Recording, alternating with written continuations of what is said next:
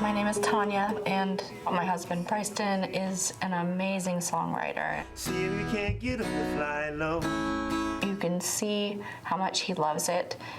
You can hear it, you can feel it. I've listened to songs on the radio and they sound like my brother's songs and they sound like my brother's voice. I love music. It's my life. I've always wanted to be a rock star. I just started writing poems. Before I knew that they weren't just poems, I was realizing these were melodies, these were songs. We have an amazing family, except for the fact that my husband is an alcoholic and an addict. It is 8:36 in the morning in the AMs. I bought this 12 packet, 7:05 probably, and this is my third beer. Well, out of the 12 pack I've had, I think it's my fifth beer of the day. Preston drinks constantly. I don't see him without a can of beer in his hand. His life is spent figuring out how he's going to get a drink and how he's going to get his spice, and that takes up his whole life. You guys call it synthetic marijuana, or maybe some other, we call it spice. And synthetic marijuana is what it's supposed to be. He's gone crazy. This ain't your family. Those aren't your friends. These are people filming you being a kid. Be who you really are. Don't be fake. And you never know what's going to set him off. If I don't have my, if I don't have alcohol and spice, I become extremely irritable, and nothing you say to me is going to make sense. I'm too wound up about where the hell my next buzz is going to come from. You tell me that ain't some twisted political everybody's you. When Bryson doesn't have spice, he gets physically sick from not smoking it. Bryson also has lost the relationship with his dad. His sister barely speaks to him anymore. The whole family has just tumbled into this great Bryson abyss.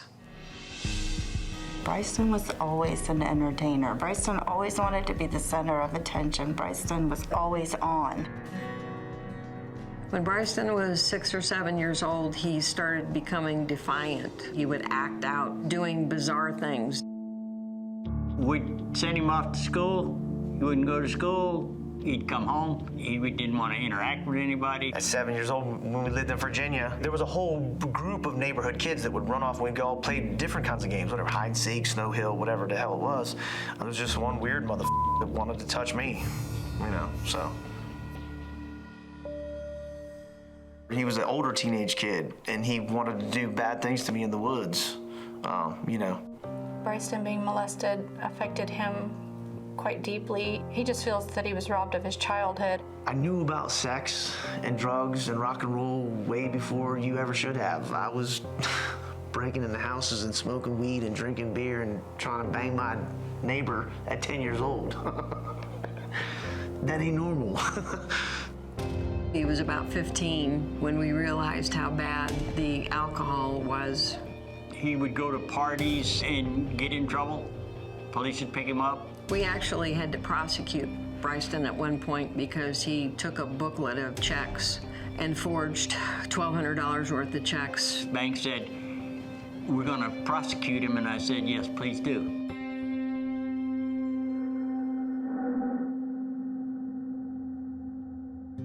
When Bryson was in jail, he was actually writing music.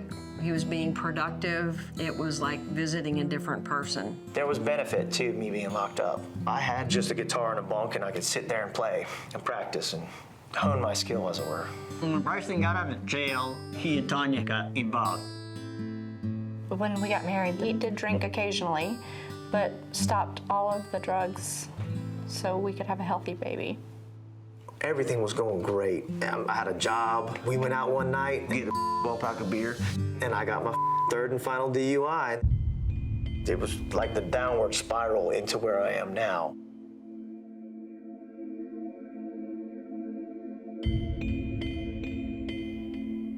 When you look at yourself in the mirror, what do you see?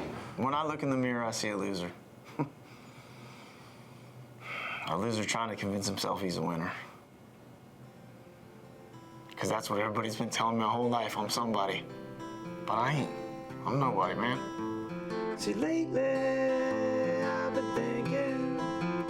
He's lost everything, except his songbook. Of all the crazy things in the world. Of all the things You can manage to keep. And this one.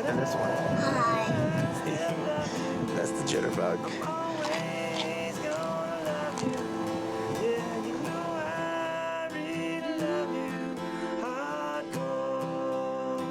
I was hoping that after we had the baby, he would see Are you gonna help me, Bill? what he has to lose, and he would straighten up. Yeah. Okay. I love you, bud. Yeah, I love you too. I think the biggest fear that I have right now is dying before my son knows me. He doesn't have those memories, so if I'm not around long enough, he won't ever know me. I can see you. I can. I see you too. My biggest fear about Bryson is that he's gonna disappear one day. And I'll never know what happened to him. I got you. What Bryson doesn't realize is how close he has become to losing everything. This is it. This is the last resort. I love you.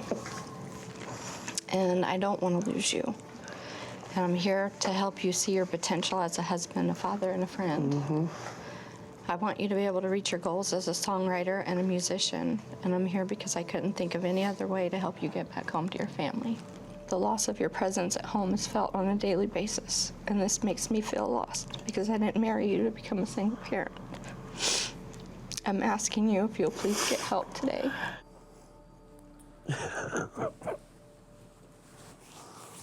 You want an answer?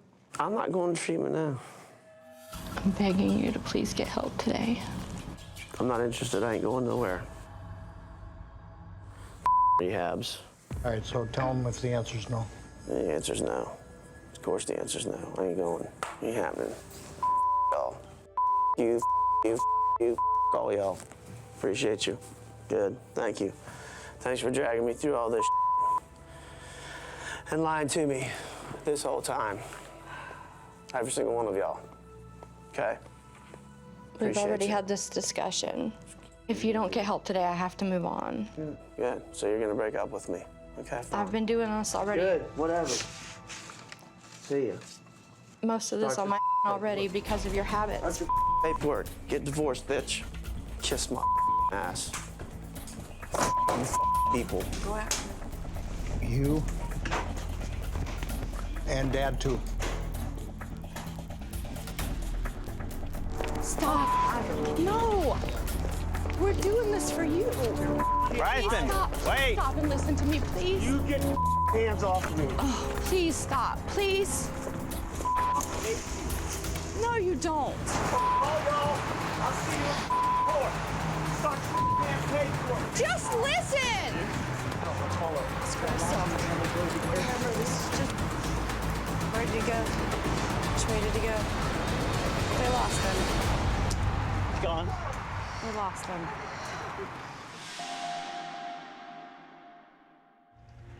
Hi, Bryson. As long as you ain't gonna arrest me, we ain't running problems. We're not gonna arrest you. We're trying to prevent you from being arrested.